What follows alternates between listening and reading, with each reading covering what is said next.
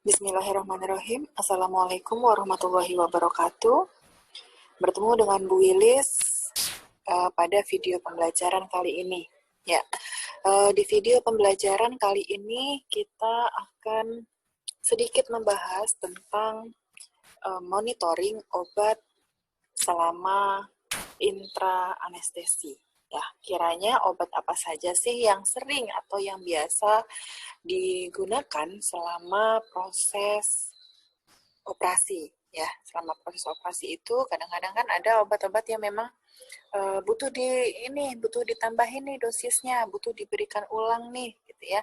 Kira-kira obat apa saja yang perlu ditambahin, gitu ya. Atau obat apa saja yang perlu dimonitor, gitu. Kondisi yang seperti apa, gitu.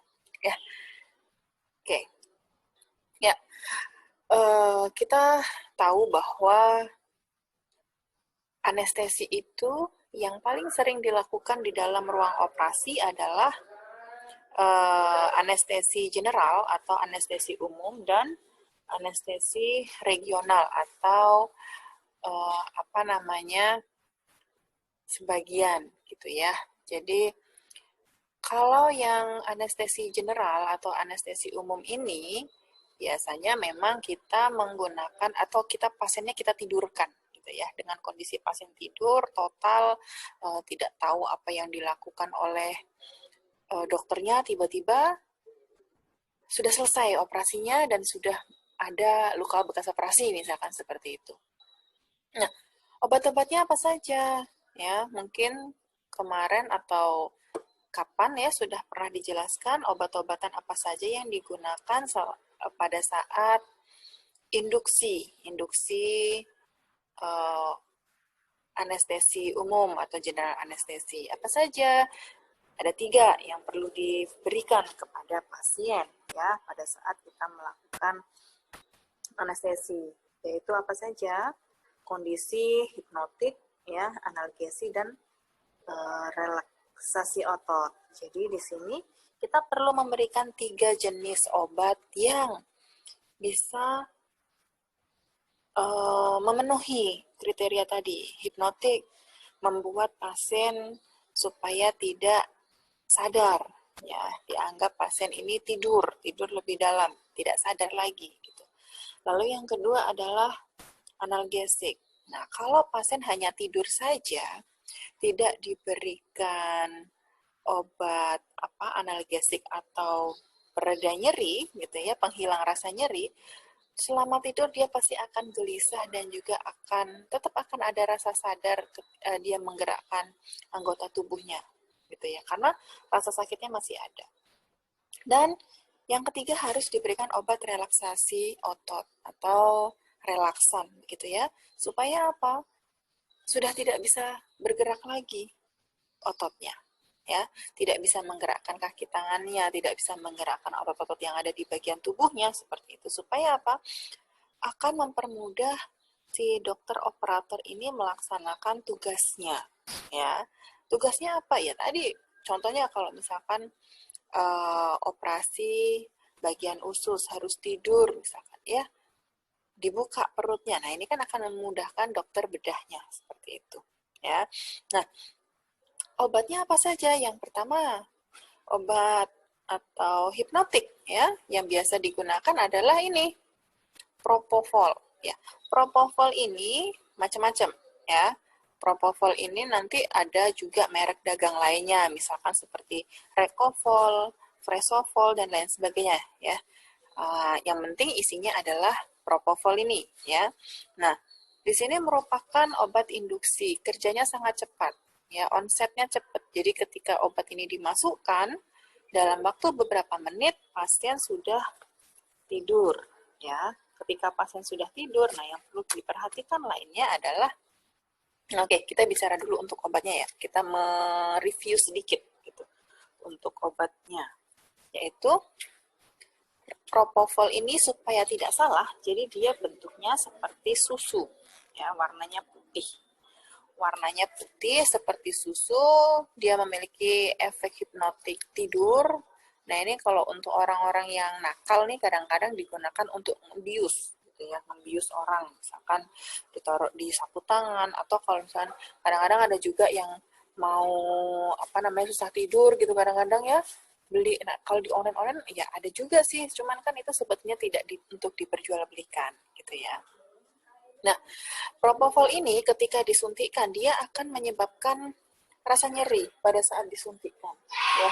Pada saat disuntikkan akan menimbulkan rasa nyeri, sehingga biasanya kita ketika memberikan suntikan propofol ini akan diawali dengan suntikan apa namanya, fentanyl dulu atau analgesik dulu ya. Analgesik dulu supaya pada saat menyuntikkan propofol si pasien ini tidak merasakan nyeri, tidak merasakan sakit begitu. Nah, kemasan dari propofol ada yang vial, ada yang ampul begitu ya, dan rata-rata untuk dosis di dalam satu ampulnya atau di dalam satu vialnya ini adalah sebanyak 20 mili ya, sebanyak 20 mili, dan dosisnya adalah 200 miligram ya, 200 miligram. Jadi per milinya adalah berapa? 20 miligram gitu ya. Nah, efek sampingnya yang ditimbulkan adalah hipotensi, lalu apnu ini kehilangan kesadaran dan juga nafas ya, depresi nafas di situ. Sehingga kita perlu ketika pasien sudah tidak sadarkan diri, kita cek pernafasannya seperti apa, lalu kita bantu ventilasi ya.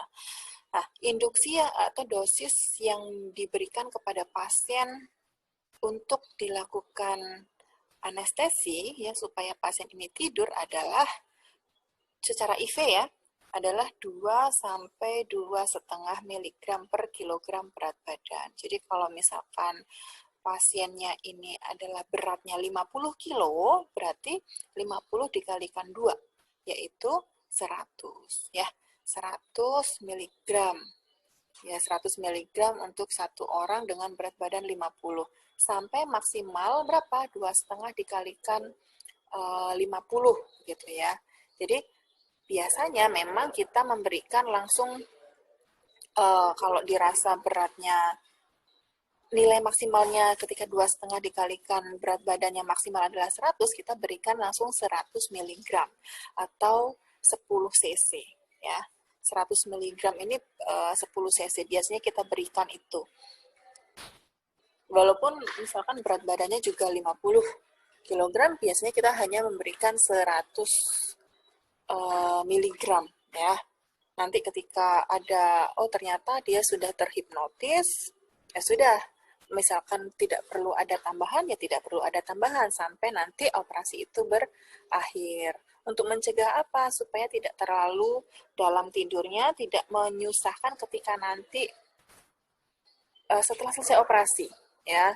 Atau pasca anestesi kita mau bangunkan pasien ini, kalau terlalu dalam tidurnya akan sulit. Kecuali kalau operasinya besar, yang memang dibutuhkan dibutuhkan pasien ini benar-benar tidur gitu ya. Nah, pemeliharaannya bagaimana? Di sini pemeliharaannya atau penambahan dari obat propofol itu bisa 0,5 mg per kilogram berat badan ya. Diberikan pada saat durante operasi atau pada saat proses operasi berlangsung ya, dengan tanda-tanda pasien akan terbangun atau adanya gerakan, terjadi takikardi atau hipertensi. Nah, kalau kita perlu tahu tanda-tandanya ya. Pada kondisi pasien tertidur, tapi kok pada saat dilakukan sayatan, tiba-tiba pasien bergerak sedikit saja, misalkan jari kakinya atau tangannya tiba-tiba bergerak. Ya, artinya apa? Pasien sudah mulai sadar. Atau misalkan tidak bergerak, tetapi pada saat dilakukan sayatan terjadi lonjakan atau peningkatan tekanan darah atau hipertensi. Ini kan kita pasang ventilator nih ya. Kita cek di layarnya itu, kalau tekanannya tiba-tiba meningkat, misalkan normal 120 tiba-tiba menjadi 140. Artinya apa? Ada kondisi di mana pasien ini kesakitan. Ya. Ada kondisi di mana pasien ini kesakitan. Sehingga apa? kita bisa berikan tambahan propofol. Ya, kita bisa berikan tambahan propofol. Kita lihat di sini 0,5 mg per kilogram berat badan. Ya, diberikannya berapa kali? Bu, misalkan berapa kali pengulangan? Tergantung dari kondisi pasien. Ketika kita berikan 1 kali penambahan, misalkan ditambah 10 mg saja, ya 10 mg atau 20 mg ditambah. Jadi misalkan tadi awalnya 100 mg, kita tambahin 20 mg. Jadi nanti total sampai pasien itu bangun 120 mg misalkan. Ya, selama pasien itu sampai nanti selesai operasi, tidak ada atau tidak memunculkan tanda-tanda gerakan lagi atau tidak ada muncul hipertensi lagi gitu ya. Nah, ini berarti tidak perlu ada tambahan lagi. Kenapa? Karena kita lihat obat propofol ini ada beberapa yang dipengaruhi ya. Heart rate tidak berubah. Heart rate itu nadi ya. Artinya dia propofol ini tidak mempengaruhi nadi, tetapi dia mempengaruhi MAP atau lebih gampangnya di sini kita rata-rata dari tekanan darah dia akan turun ya, akan turun. Nah, ventilasi pernafasan juga akan turun. Tadi sudah disampaikan di awal adalah efeknya adalah apnu ya, apnu, kesulitan bernafas, sesak nafas, sehingga kita harus perlu memberikan ventilasi itu. Ya, lalu tekanan aliran darah di otak juga akan menurun. Nah, lalu bagaimana Bu? Ini kok semuanya turun? Kenapa kok diberikan propofol? Nah, kita lihat lagi. Kalau misalkan ternyata turunnya drastis, seperti tekanan darah tiba-tiba turun drastis, kita bisa berikan obat yang gunanya adalah untuk meningkatkan tekanan darah. Boleh Bu? Boleh. Ya, boleh. Ya, sehingga kalau misalkan kalian bertanya, Bu, obat anestesi yang paling baik untuk pasien itu apa? Tidak ada. Ya, karena apa? Masing-masing pasien itu akan memiliki kondisinya sendiri-sendiri, gitu. Ya, disesuaikan. Jadi obat-obat yang diberikan kepada pasien ini disesuaikan dengan kondisi dari pasiennya itu sendiri, gitu ya. Oke, itu adalah tadi kalau untuk propofol. Nah, sedatif. Yang berikutnya adalah atracurium atau pelemas otot. Ya, sedatif. Ya, pelemas otot begitu ya. Jadi supaya pasiennya ini tidak bergerak begitu. Ya, atracurium. Di sini merupakan obat pelemas otot, durasi kerjanya adalah 20 sampai 45 menit. Bu, kalau misalkan operasinya lama sampai 3-4 jam, obat pelemas ototnya gimana? Nah, ini boleh dikasih penambahan atracurium ya, atau pelemas otot yang lainnya juga boleh. Nah, kita perlu tahu dulu durasi kerjanya dia maksimal adalah hanya 20 sampai 45 menit. Jadi ketika nanti sudah mendekati 45 menit dan kita sudah melihat ada gerakan, pasien sudah mulai bangun atau pasien belum bangun, pasien masih dalam tidur yang dalam, tidak ada gerakan otot, tetapi otot mulai tegang. Nah, ini yang bisa merasakan siapa? Adalah dokter operator. Ya, pada saat dilakukan sayatan atau pada saat masih dalam proses operasi kok ototnya tegang, ya, artinya apa? Obat pelemas ototnya sudah mulai berkurang bekerjanya. Sehingga bagaimana? Bisa kita tambahkan atracurium lagi, gitu, ya. Nah, muncul di sini ada efek kardiovaskuler, tetapi memang jarang terjadi. Kecuali bila dosis melebihi 0,5 mg per kilogram berat badan. Ya, atracurium dapat meningkatkan histamin. Nah, ini harus perlu diketahui. Jadi memang yang namanya anamnesa sebelum pasien ini dilakukan operasi ini sangat penting. Kenapa? Kita jangan sampai tiba-tiba pasien ini asma. Kita berikan obat yang histamin rilis atau yang menyebabkan atau mengeluarkan histamin, ya, sehingga seperti ini, misalnya atracurium tidak boleh untuk orang asma. Kenapa? Karena dia meningkatkan histamin atau histamin rilis gitu ya. Jadi gimana? Boleh nggak? Apakah harus diganti? Ya, harus diganti obatnya yang memang baik untuk pasien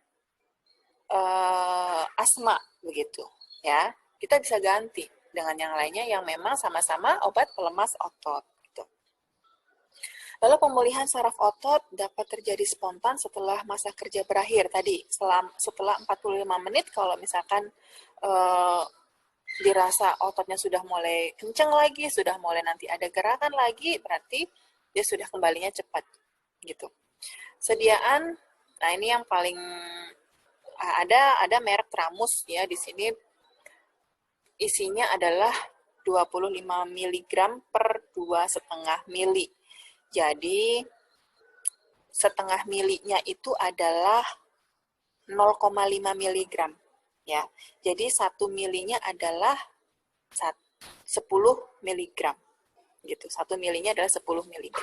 Dosis yang bisa diberikan untuk pasien adalah 0,5 sampai 0,6 mg kilogram berat badan. Jadi nanti kalau misalnya ternyata berat badannya 50, ya tinggal kita kalikan 0,5 dikalikan 50 berarti berapa? 25 mg. Berarti kita berikan saja 1 ampul untuk pasien dengan berat minimal adalah 50 kilogram gitu ya. Kita pukul rata saja dulu, minimal saja 50 kilo atau misalkan 60 kilo, kita berikan saja 25 mg satu ampul gitu ya. Misalkan nanti kok butuh tambahan, kita tambahkan seperti itu. Tambahannya bagaimana? Dosis pemeliharaannya adalah diberikan 0,1 mg per kilogram berat badan ya. 0,1. Jadi kalau tadi misalkan beratnya 50 kilo, berarti kita berikan 5 berapa? 5 mg gitu ya. Jadi kita ikutin saja. Nah ini bentuk dari ini yang ampul ya, ampul Atracurium Bacillate injeksi melalui IV ya di sini. Durantenya tadi 20 sampai 45. Aman digunakan untuk hati dan juga ginjal, tetapi tidak aman untuk pasien dengan asma. Seperti itu.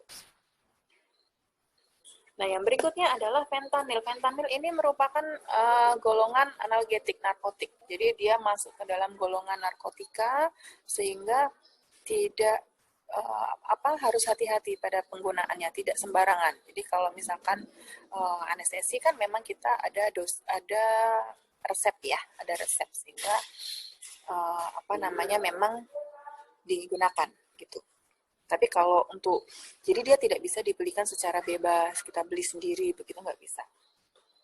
Fentanyl digunakan sebagai premedikasi, ya, digunakan pada saat awal mau melakukan anestesi, gitu. Akan dilakukan operasi, ya. Analgetik untuk pasien yang menderita nyeri akut ataupun kronik. Jadi fentanyl selain memang digunakan pada saat proses anestesi pasien akan dilakukan operasi, dia juga bisa digunakan untuk meredakan nyeri pada pasien dengan penderita nyeri akut dan ataupun kronik gitu ya. Fentanyl juga sebagai suplemen sedasi, anestesia ataupun analgesia. Analgetik pada tindakan endoskopi atau diagnostik lain. Jadi tergantung penyakitnya. Yang penting adalah intinya dia masuk dalam golongan analgetik. Siapapun pasiennya ketika itu dia memiliki nyeri akut ya atau nyeri kronik boleh digunakan selama ada resep dari dokter. Efek terhadap jantung sangat minimal, tetapi dapat terjadi bradikardi yang dapat ditanggulangi dengan pemberian sulfasatropin atau biasa kita singkat dengan SA, ya, SA. Sulfasatropin atau kadang-kadang ada buku yang menyebutkan atropin sulfat gitu. Ya, jadi nanti tinggal dicari aja salah satunya. Nah, yang perlu diketahui adalah morfin itu sudah tinggi ya, morfin, golongan narkotika. Dia lebih besar 10 kali dari petidin, karena petidin sama-sama analgetik. Tetapi fentanyl ini 100 kali lebih besar reaksinya dibandingkan petidin. ya. Jadi banyak sekali. Kalau morfin hanya 10 kali dari petidin, fentanyl 100 kali dari petidin. Sehingga memang ini merupakan golongan narkotik yang memang sangat tinggi gitu. Kalau misalkan di dalam tadi operasi dia tiba-tiba tekanannya meningkat, ya tekanan darahnya meningkat, artinya pasien tiba-tiba merasakan sakit gitu ya. Ada rasa sakit kan tekanan darah naik nih, otot juga kadang-kadang ikut bereaksi gitu ya. Kita bisa beri tambahan fentanyl, ya bisa fentanilnya secara perbolus ataupun kita bisa drip, itu boleh, tergantung dari dilihat lagi kondisinya gitu. Nah, sediaannya dari fentanyl ini adalah 0,05 mg per mili atau 50 mikrogram per mili, ya, 50 mikrogram per mili atau 0,05. Nah, dosis yang diberikan kepada pasien adalah 1 sampai 2 mikrogram per kilogram berat badan. Kalau beratnya tadi 50 ya, berat badannya pasien 50 kilogram, kita ambil dosis paling rendah 1. Berarti 1 kita kalikan 50 berarti 50 mikrogram per mili gitu ya. Jadi bisa kita berikan 1 ampul. Nah, dosis pemeliharanya bagaimana? Sama saja dengan dosis pemberian awal, hanya diberikan 1 mikrogram per kilogram per jam. Kalau misalkan memang pada saat dosis pemeliharaan awal, ya penambahan 1 kali ternyata kok masih ada reaksi, kita bisa tambahkan kembali gitu ya.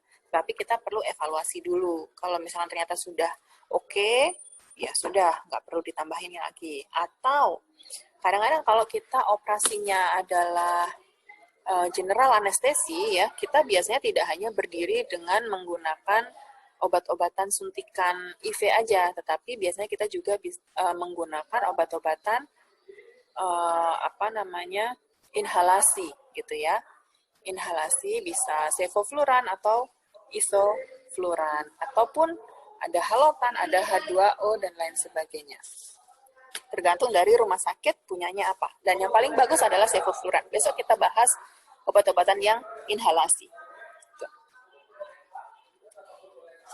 Nah, yang berikutnya adalah ketamin. Ketamin ini bisa kita gunakan sebagai pengganti dari fentanyl. Ya, ketamin kita bisa ganti sebagai gantinya si fentanyl karena dia memiliki reaksi analgetik dan juga anestetik, ya. Dapat meningkatkan tekanan darah dan juga denyut jantung, ya. Dapat menimbulkan dilatasi bronkus, ya. Ini biasanya bisa digunakan pada pasien asma nih. Kalau misalkan tadi atrakurium, yang baik untuk pasien asma adalah Nah, ini gantinya atrakurium bisa menggunakan vecuronium. Ya, vecuronium ini baik untuk pasien alergi. Ya, jadi obat apa tadi? Pelemas ototnya. Ya, pelemas ototnya kita ganti dari atrakurium ke vecuronium. Ya, kalau untuk analgesiknya, kalau misalkan dia asma, kita bisa menggunakan ketamin juga bisa. Ya, sebetulnya untuk fentanyl juga tidak masalah, tetapi ini juga lebih baik begitu. Tetapi kita lihat lagi efek dari obat-obatannya seperti apa, gitu ya. Nah, di sini ketamin memang jarang sekali digunakan karena dia sering menimbulkan takikardi atau nadi yang meningkat gitu ya. Tekanan darah juga meningkat, lalu hipersalivasi atau air liurnya juga meningkat ya, nyeri kepala. Jadi ketika nanti sudah selesainya itu biasanya nyeri kepala hebat. Juga bisa menimbulkan mual muntah setelah operasi selesai ya. Pandangan kabur dan juga mimpi buruk, artinya dia gelisah begitu ya. Lalu, nah biasanya kalau kita memang mau menggunakan ketamin, harus diberikan obat sedasi terlebih dahulu. Sedasi apa saja? Yang paling sering kita gunakan adalah jenis midazolam dan juga diazepam. Ya, sering sekali adalah midazolam dengan dosis 0,1 mg per kilogram berat badan. Ya, bisa diberikan secara intravena. Untuk mengurangi salivasi diberikan atropin sulfat. Jadi bisa kombinasi antara midazolam dan juga SA ya, atau sulfat atropin tadi 0,01 mg per kilogram berat badan. Ketamin sediaannya adalah vial, isinya adalah 100 mg per mili ya, per mili. Nah, ini seperti ini. Dosis pemeliharaannya adalah, nah ini dosis pemberiannya adalah 1 sampai 2 mg per kilogram berat badan. Atau kalau beratnya adalah 50 kilo, berarti 50 mg gitu ya. 50 mg kita berikan. Pemeliharaannya bagaimana? Pemeliharaannya adalah 0,5 mg per jam. Kita bisa berikan. Nah, kalau kita lihat rangkumannya seperti ini ya.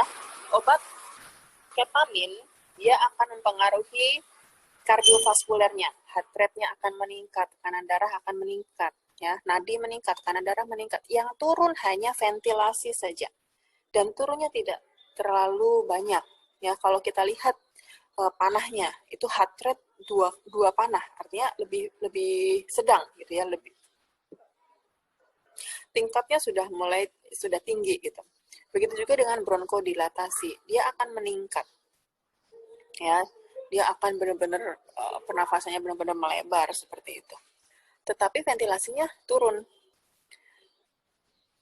Aliran darah di otak juga meningkat semua gitu. Jadi memang kita perlu lihat yang ini ya, yang tabel-tabel seperti ini kita lihat. Nah, kalau misalkan memang kita tidak ada pilihan lagi nih, hanya bisa menggunakan ketamin. Nah, kita bisa bantu dengan tadi, misalkan untuk menurunkan heart rate menggunakan obat apa, begitu ya. Untuk bisa menurunkan tekanan darah yang tinggi, nanti menggunakan apa? Kita bisa nanti kombinasi dengan obat-obatan yang inhalasi, gitu ya. Kita bisa bantu dengan inhalasi dan lain sebagainya. Nah, yang berikutnya adalah ephedrine. Ephedrine ini memang kalau tadi kita gunakan pada saat awal anestesi begitu ya. Yang ini adalah obat-obatan yang diberikan selama proses benar-benar diberikan selama proses operasi. Artinya tidak diberikan pada saat awal induksi, tetapi kita berikan pada saat operasi. Dan ephedrine biasanya di sini merupakan obat vasopresor dan juga bronkodilator, ya. Meningkatkan curah jantung, tekanan darah, dan nadi melalui menstimulasi adrenergic alfa dan beta. Meningkatkan aliran darah koroner, ya, menimbulkan bronkodilatasi, memiliki efek minimal terhadap aliran darah uterus. Memulihkan aliran darah uterus jika digunakan untuk mengobati hipotensi epidural atau spinal pada pasien hamil atau pada saat operasi sesar, ya, sesar. Kemasan dari ephedrine di sini adalah ada yang dengan kemasan 25 mg, ada yang dengan kemasan 50 mg. Tapi biasanya kita sering menggunakan yang kemasannya 50 mg per mili. Jadi ephedrine itu biasanya satu ampul kecil isinya 1 mili, tetapi dosisnya adalah 50 mg. Ya. Nah, dosis yang diberikan kepada pasien ini biasanya digunakan memang pada pasien spinal ya, atau regional anestesi. Ya. Pada pasien spinal ini anestesi spinal itu salah satu ciri atau salah satu tandanya dia berhasil bahwa tekanan darahnya langsung drop, langsung turun. Nah, makanya pada saat kita menyiapkan obat-obatan anestesia yang regional atau spinal anestesi begitu ya, kita juga perlu menyiapkan obat seperti ephedrine, terus juga SA gitu ya, dan lain sebagainya. Kita perlu siapkan langsung. Jadi menyiapkannya bukan setelah diinduksi, tetapi sebelum diinduksi pada saat kita menyiapkan obat-obatan, ya sebelum kita suntikan gitu, kita sudah harus siapkan efedrinnya. Nah, efedrin ini karena tadi dalam 1 mili itu isinya 50 mg, kita encerkan. Ya, kita encerkan. Berapa Bu diencerkannya? Boleh diencerkan dalam menjadi 5 mili atau boleh diencerkan menjadi 10 mili, boleh, silahkan. Ya. Kalau misalkan diencerkan menjadi 5 mili, berarti kan per milinya nanti adalah 10 mg. Ya. Kalau diencerkan menjadi 10 mili, gitu ya, berarti nanti per milinya isinya adalah berapa? 5 miligram. Gitu. Itu saja yang dipegang. Gitu. Nah, di sini dosis yang bisa diberikan adalah biasanya dosis awal. Ya, dosis awal ini gini. Pada saat kita sudah melakukan induksi spinal, gitu, kita sudah memasukkan obat-obatan spinal, bufipakainnya itu kita masukkan, kita suntikan ke spinal pasien, gitu ya. Pasien kita tidurkan. Sudah teranestesi belum pasiennya? Kalau sudah, oke, kita cek tekanan darahnya kan. Setelah tekanan darahnya kita cek, tiba-tiba kok drop, turun sampai 80 misalkan, atau 70 begitu, turun drastis. Kita langsung berikan dosis awal. Dosis yang pertama adalah 20 mg. Ya, 20 mg dulu. Jadi kalau misalkan tadi menggunakan sepet yang 5 cc, artinya kita encerkan menjadi 5 cc, kita berikan 2 cc, kita masukkan 20 mg itu. Setelah itu bisa kita ulangi lagi. Kalau ternyata sudah kita evaluasi 10 menit, tekanan darah pasien kok nggak naik, atau naiknya hanya sedikit tetapi masih abnormal, gitu ya. Kita bisa tambahkan lagi dengan maksimal adalah 50 mg. Artinya satu sepet tadi dengan jumlah yang 5 mili atau 10 mili tadi itu habis. Tidak boleh nambah lagi dari itu. Gitu. Ya. Nah, ini ada 2. Kalau kita lihat di gambar, ya ada efedrin, ada epinefrin. Ya, ada efedrin. Oke, iklan dulu sebentar. Ya, ada efedrin dan ada epinefrin. Ini berbeda ya. Yang biasa kita gunakan untuk meningkatkan tekanan darah adalah efedrin, ya. Efedrin. Kalau epinefrin jarang sekali digunakan. Epinefrin digunakan pada saat terjadi cardiac arrest atau henti jantung, ya, sebagai obat kegawat daruratan gitu. Dosisnya pun berbeda.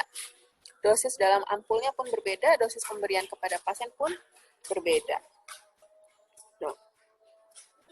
Nah, ini adalah sulfas atropin atau atropin sulfat, ya, boleh terserah mau menyebutnya apa. Dia merupakan golongan antikolinergik, ya, digunakan sebagai pengobatan bradikardi, artinya pernafasannya turun, drop, ya. Apa istilahnya? Jadi berhilang gitu pernafasannya, ya. Bisa digunakan sebagai medikasi preanestetik untuk mengurangi sekresi lendir tadi pada saat penggunaan obat ketamin misalkan dengan reaksi atau efek sampingnya lendirnya salivanya berlebihan, kita bisa berikan sulfas atropin. Sini bekerja menurunkan tonus vagal dan memperbaiki sistem konduksi atrioventrikuler, ya.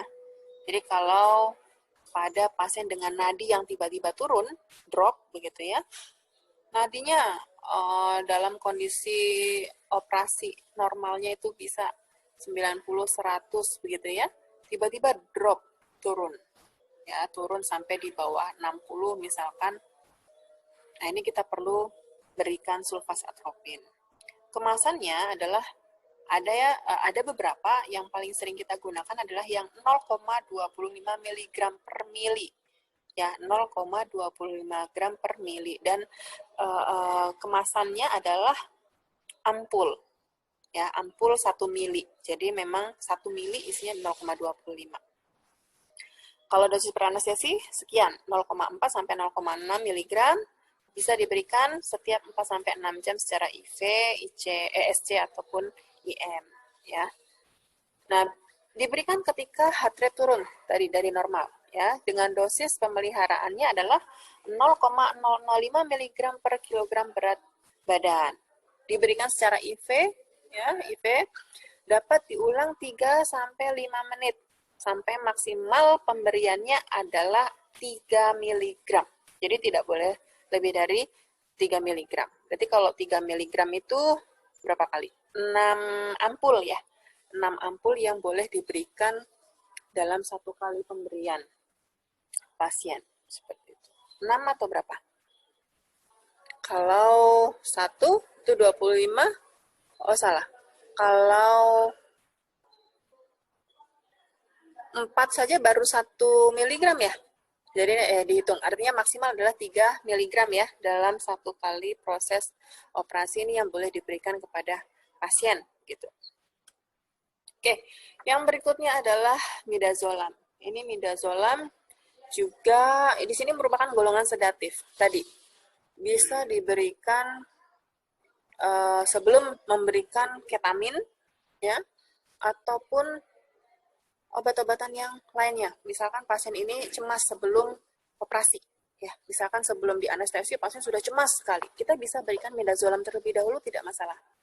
Ya, artinya dia merupakan obat sedasi kan, sama halnya dengan apa namanya diazepam, ya. Kita bisa berikan. Untuk relaksasi otot, jadi diberikan, nah di sini untuk membuat pasien mengantuk, mengurangi kecemasan. Ya, biasanya efek yang muncul pasien tidak akan mengingat beberapa rincian. Artinya, kadang-kadang memangnya ada Bu, pasien sudah di dalam kondisi anestesi, dia cemas, ada. Nah, oke, midazolam tadi ya diberikan pada saat awal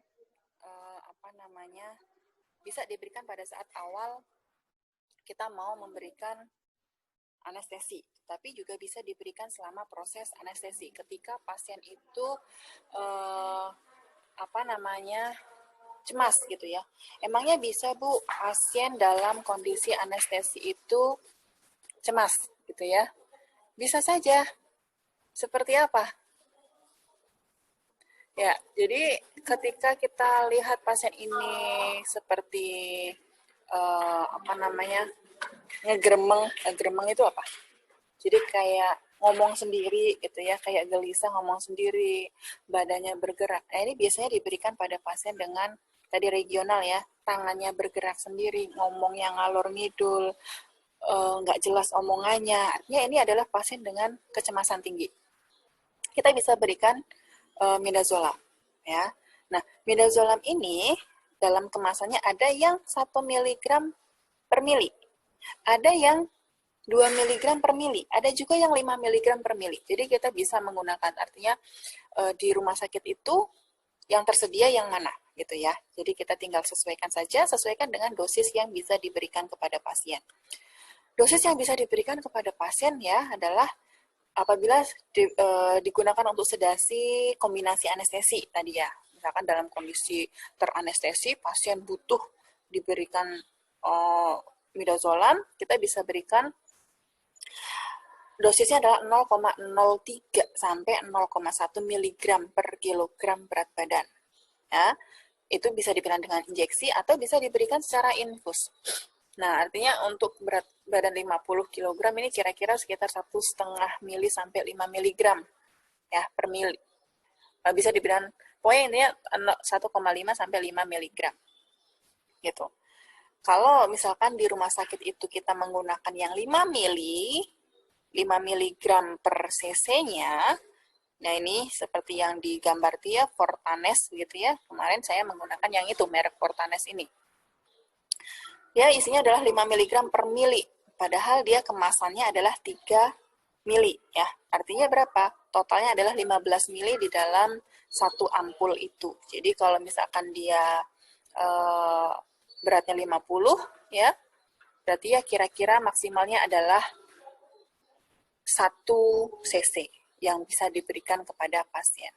Boleh pengulangan nggak? Disesuaikan lagi dengan kondisi pasien. Dengan kondisi pasien yang bagaimana? Kalau ternyata sudah diberikan 1 kali midazolam sebanyak 5 mg, pasien sudah tertidur, ya, ngantuk, tertidur, tidak ada reaksi cemas lagi, ya tidak perlu diberikan lagi.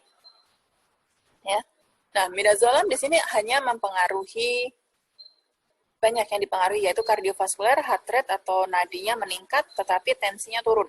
Ya, ventilasinya turun, pernafasannya turun, karena kalau kita menggunakan ventilator kan tidak terlalu berpengaruh ya. Aliran darah di otak juga turun.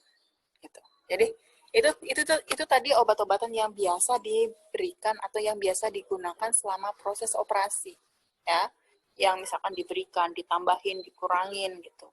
Nah, ada lagi yang lainnya, yaitu obat-obatan dengan inhalasi. Ya, inhalasi besok kita bahas ya untuk yang inhalasi. Untuk Bu, kok yang misalkan neostigmin kok nggak dibahas? Itu adalah obat post anestesi. Jadi untuk reverse itu nanti tidak masuk ke dalam pemeliharaan, tidak masuk dalam atau misalkan ondansetron gimana Bu? Ondansetron kok nggak dibahas? Nggak, karena ondansetron itu diberikan bisa di awal pada saat induksi gitu ya, untuk mencegah pasien ini muntah. Oke, ya itu yang bisa kita bahas pada hari ini ya. Jadi nanti kalau misalkan ada yang ingin ditanyakan, boleh saja, silakan dituliskan saja di forum gitu ya. Insya Allah sih kalau sempat kita buka, kita bacakan, kita kita bahas. Itu ya. Ya, untuk pertemuan hari ini saya Ari, terima kasih. Wassalamualaikum warahmatullahi wabarakatuh.